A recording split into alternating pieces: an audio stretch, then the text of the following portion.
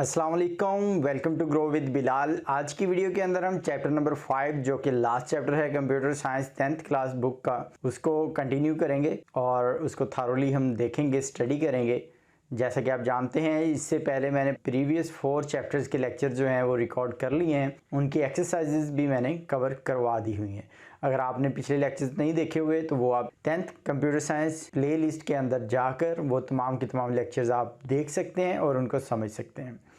तो वीडियो की तरफ बढ़ने से पहले अगर आपने अभी तक मेरे चैनल को सब्सक्राइब नहीं किया हुआ तो चैनल को सब्सक्राइब कर लें ताकि फ्यूचर में आने वाली इंफॉर्मेटिव वीडियोस आप तक पहुंच सकें। तो बढ़ते हैं आज के लेक्चर की जानिब। जी तो व्यूअर, चैप्टर नंबर 5 का इंट्रोडक्शन पहले पढ़ लेते हैं। A good problem solving approach is to divide the problem into multiple smaller parts और द सब प्रोग्राम।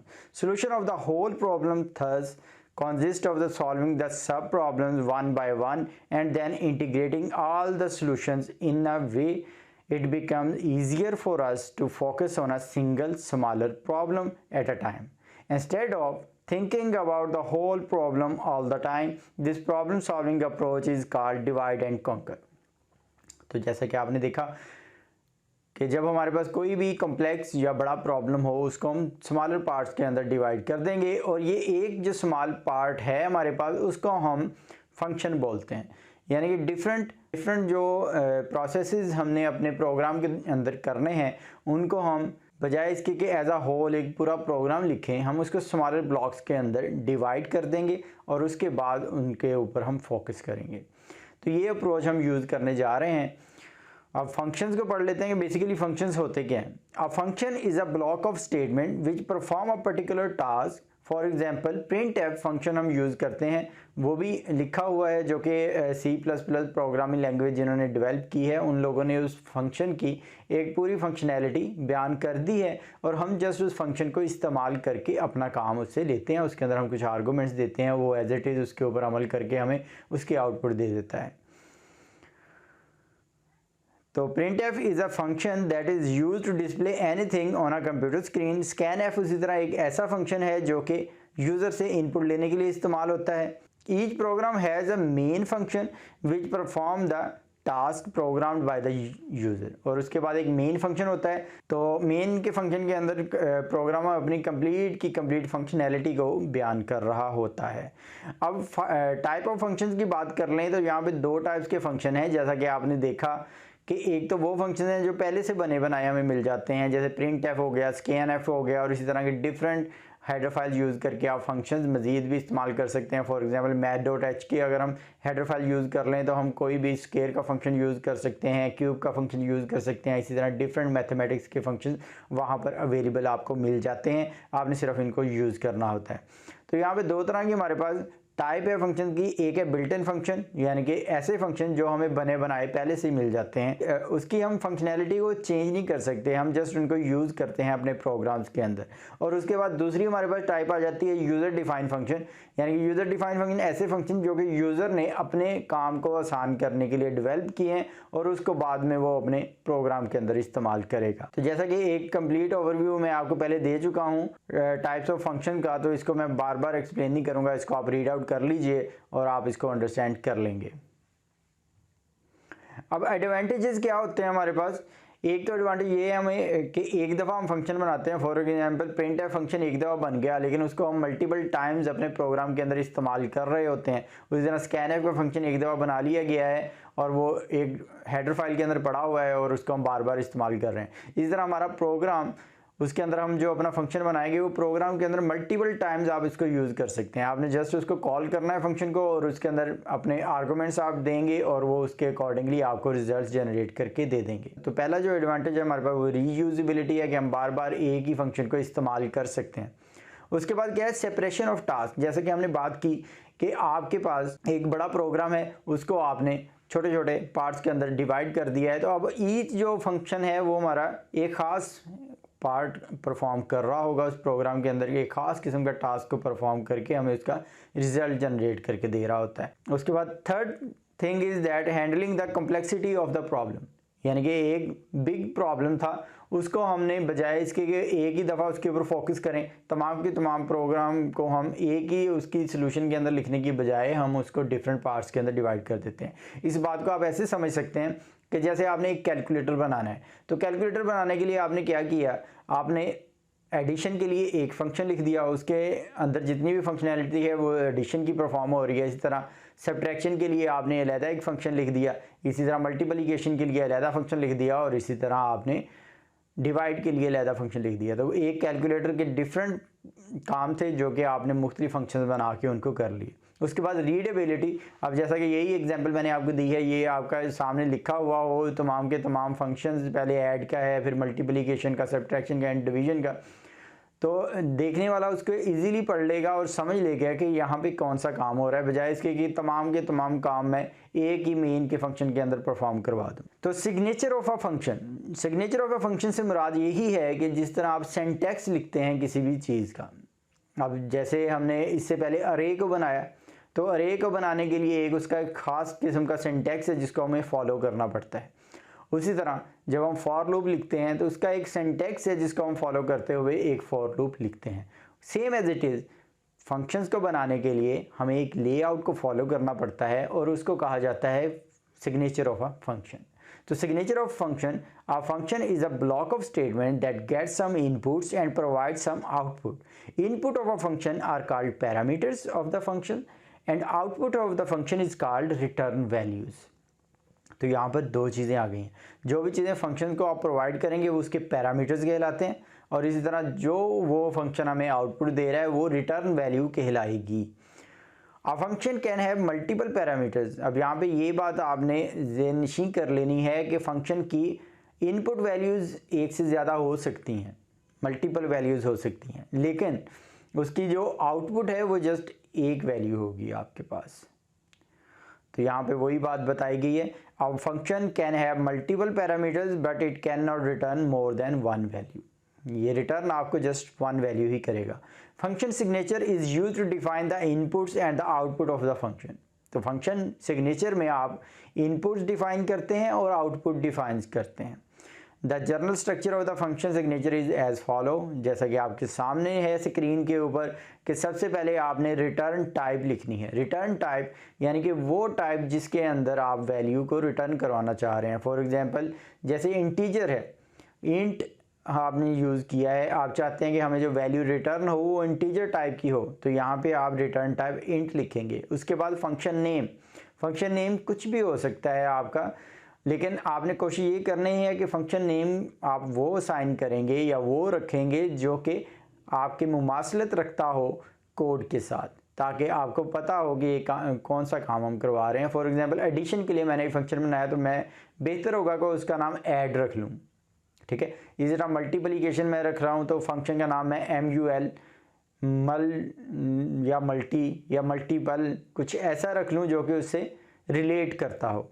उसके बाद ब्रेसेस आ जाती हैं, स्मॉल ब्रेसेस हम लगाते हैं, और उसके बाद data type 1, data type 2, data type 3। इससे मुराद ये है कि हमारे फंक्शन के कितनी इनपुट्स होनी है। अगर 2 नंबर के ऐड करने के लिए आप प्रोग्राम बना रहे हैं तो हम ब्रेसेस में इंट A और कॉमा इंट B, यानी कि 2 वेरिएबल हमने लिए, तो हमें 2 इनपुट्स होगी हमारी। तो जितनी भी आपकी इनपुट्स हों फंक्शन से, अब तो ये डिपेंड कर रहा होता है आपके सिनेरियो के ऊपर कि आप किस तरह के सिनेरियो से डील कर रहे हैं और आपको कितनी इनपुट्स रिक्वायर हैं, उस हिसाब से आप फंक्शन के सिग्नेचर को बनाते हैं। हमारे पास एग्जांपल्स हैं फंक्शन सिग्नेचर से रिलेटेड। फॉर एग्जांपल पहले फंक्शन की डिस्क्रिप्शन है और उसके बाद फंक्शन सिग्नेचर। जैसा कि आप देख रहे हैं कि int function that takes an integer as a input and return its square. अब एक फंक्शन आपने बनाना है जो कि आपको एक नंबर को एंटर करवाए और उसका स्केयर आपको रिटर्न करवाए। तो इस सिनेरियो के अंदर हमने क्या किया है, इंट, क्योंकि डाटा टाइप भी हमारी इंटीजर है, क्योंकि रिटर्न टाइप भी हमारी इंटीजर है, और उसके बाद फंक्शन का नाम हमने स्केयर लिखा है। फिर ब्रेसेस के अंदर क्योंकि एक ही वेरिएबल हमने लेना है, एक ही इनपुट हमने लेनी है, तो उसके लिए हमने जस्ट एक डाटा टाइप इंट का इस्तेमाल किया है और उसके बाद फंक्शन को हमने टर्मिनेट कर दिया। उसके बाद सेकंड देखें आप, a function that takes length and the width of the rectangle as a input and returns its parameter of a rectangle. और रेक्टेंगल के पैरामीटर आपको रिटर्न करे। अब यहाँ पे आप देख रहे हैं कि 2 इनपुट्स हैं हमारी, तो हमने फंक्शन के सिग्नेचर के अंदर 2 इनपुट्स के लिए डाटा टाइप लिखी है, फ्लोट कॉमा फ्लोट, और इसी तरह रिटर्न टाइप भी हमारी फ्लोट है यहाँ पर, और फंक्शन का नाम हमारा पैरामीटर है। The third example is a function that takes 3 integer as a input and return the largest value among them, कि 3 इंटीजर ले आपका फंक्शन और उन इंटीजर्स की में से जो बड़ा नंबर है वो आपको स्क्रीन के ऊपर शो करे। तो आपने देखा कि यहाँ पर हमने ब्रेसेस के अंदर 3 integer int comma int comma int को यूज़ किया है, और इसी तरह फंक्शन का नाम रखा है, और रिटर्न टाइप हमने इंटीजर रखी है। The fourth example is a function that takes radius of a circle as a input and return the area of a circle. अब इसके अंदर इनपुट क्या है, जस्ट रेडियस, तो हमने फ्लोट एरिया और ब्रेसेस के अंदर जस्ट हमने एक ही वेरिएबल इस्तेमाल किया है, एक ही डाटा टाइप हमने इस्तेमाल की है, फ्लोट। उसके बाद लास्ट एग्जांपल है a function that takes a character input and return 1 if the character is a vowel otherwise return 0। यहाँ पर जो रिटर्न टाइप हम यूज़ कर रहे हैं वो इंट है, क्योंकि 0 या 1 इन दोनों में से कोई एक चीज़ हमें रिटर्न हो रही है, लेकिन जो इनपुट हम करवा रहे हैं वो करैक्टर है। तो यहाँ पर ब्रेसेस के अंदर हमने 4 को यूज़ किया है। तो उसके बाद हम एक फंक्शन को डिफ़ाइन करके देख लेते हैं ताकि आपको बेटर अंडरस्टैंडिंग हो सके। तो चलते हैं हम अपनी प्रोग्रामिंग स्क्रीन की जानिब, और ये एग्जांपल है एक हमारे पास जिसके अंदर जस्ट एक सिंपल सा प्रोग्राम बना हुआ है, वॉइड शो प्रोग्राम, और उसके बाद हमने उस फंक्शन की पूरी डिस्क्रिप्शन लिख दिया और उसी फंक्शन को हमने बाद में कॉल करवाया हुआ है। तो इन दोनों एग्जांपल्स को हम परफॉर्म करके देख लेते हैं ताकि बेटर अंडरस्टैंडिंग हो सके।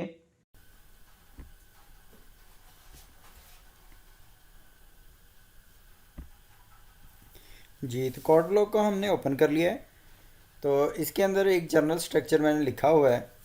तो जब हमने फंक्शन को डिफ़ाइन करना होता है तो उसका सिग्नेचर आप समझ लीजिए कि वो हमने वॉइड मेन की बॉडी से पहले लिखना है, यानी कि हेडर फाइल्स हमारी दोनों ऊपर लिखी हुई हैं, जैसे कि hash include stdio.h and hash include conio.h। तो उसके बाद आपकी फ़ंक्शन की डेफिनेशन आ जाएगी। फंक्शन की डेफिनेशन जैसा कि एग्जांपल में हमारे पास है कि वॉइड मतलब कि अभी हम कोई भी डाटा टाइप रिटर्न में नहीं ले रहे। वॉइड के बाद हम फंक्शन का नेम लिखेंगे, जैसा कि आप देख रहे हैं कि बुक के ऊपर जो नेम है वो हमारे पास शो प्रोग्राम है, तो मैं यहाँ पे जस्ट शो पी लिख लेता हूँ। और उसके बाद फंक्शन के अंदर कोई भी हम आर्गूमेंट्स या पैरामीटर्स नहीं दे रहे, और उसके बाद फंक्शन की बॉडी हमारी स्टार्ट हो जाएगी।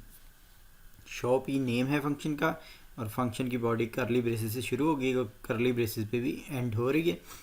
उसके बाद जस्ट एक प्रिंट एफ स्टेटमेंट है इसके अंदर, और उसके अंदर क्या हमारा लिखा हुआ है, डबल कोटेशन के अंदर /n, और फिर लिखा हुआ है a quick brown fox jumps over a lazy dog.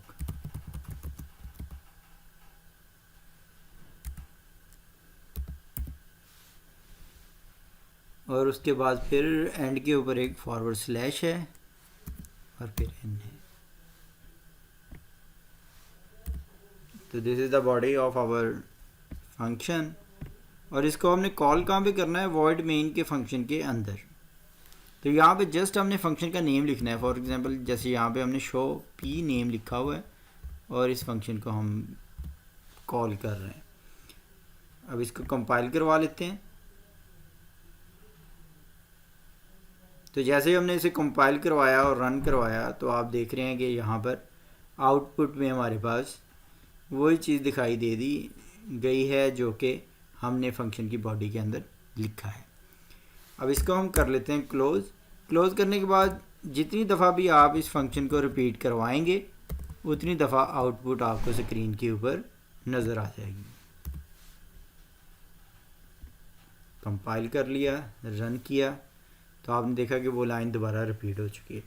तो ये एक सिंपल आपको समझाने के लिए था कि फंक्शन की बॉडी जो है वो आपने वॉइड मेन फंक्शन से पहले लिखनी है, और फंक्शन को आप कॉल कहाँ पे करेंगे, वॉइड मेन बॉडी के अंदर।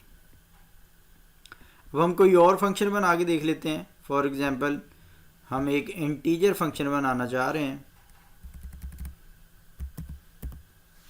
और उसके अंदर हम ऐड करवाना चाह रहे हैं दो नंबर्स को। हम जस्ट नाम उसका ऐड लिख देते हैं। उसके बाद हम int a comma int b ये दो वेरिएबल ले लेते हैं और इसकी बॉडी के अंदर हम अब क्या करेंगे, प्रिंट एफ लाइन को हम काट देते हैं।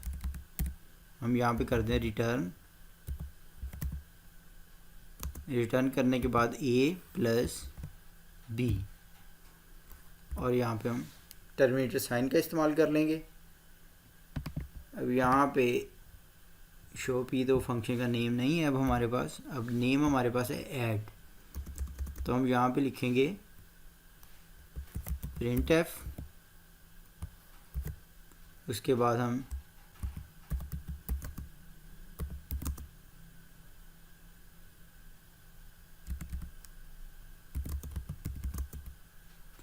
ऐड फंक्शन और यहाँ पे हम लिख देते हैं परसेंटेज डी क्योंकि ये हमारे पास इंटीजर है।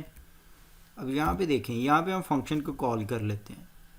जैसा कि हम जानते हैं कि फंक्शन हमारा ऐड था तो यहाँ पे हमने ऐड लिख लिया और यहाँ पे हम जो भी आप वैल्यूज़ देना चाहें, फॉर एग्जांपल हम 23, अब ये 23 वैल्यू जो है वो ए को चली जाएगी और 67 वैल्यू बी को चली जाएगी।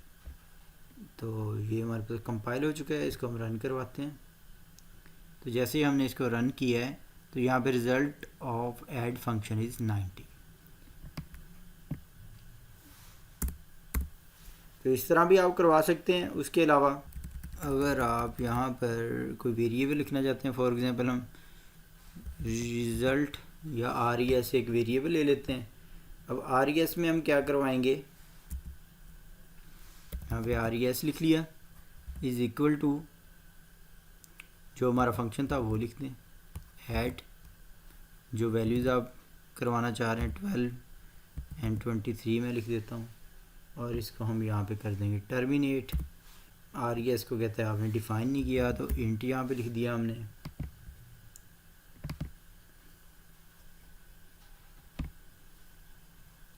तो यहाँ पे इसका आंसर हमें शो हो चुका है। तो इस तरह हम जितनी दफ़ा भी इसको चाहें तो रिपीट करवा सकते हैं। इस तरह आप फंक्शंस को बना सकते हैं और अपने प्रोग्राम के अंदर उनको इस्तेमाल कर सकते हैं।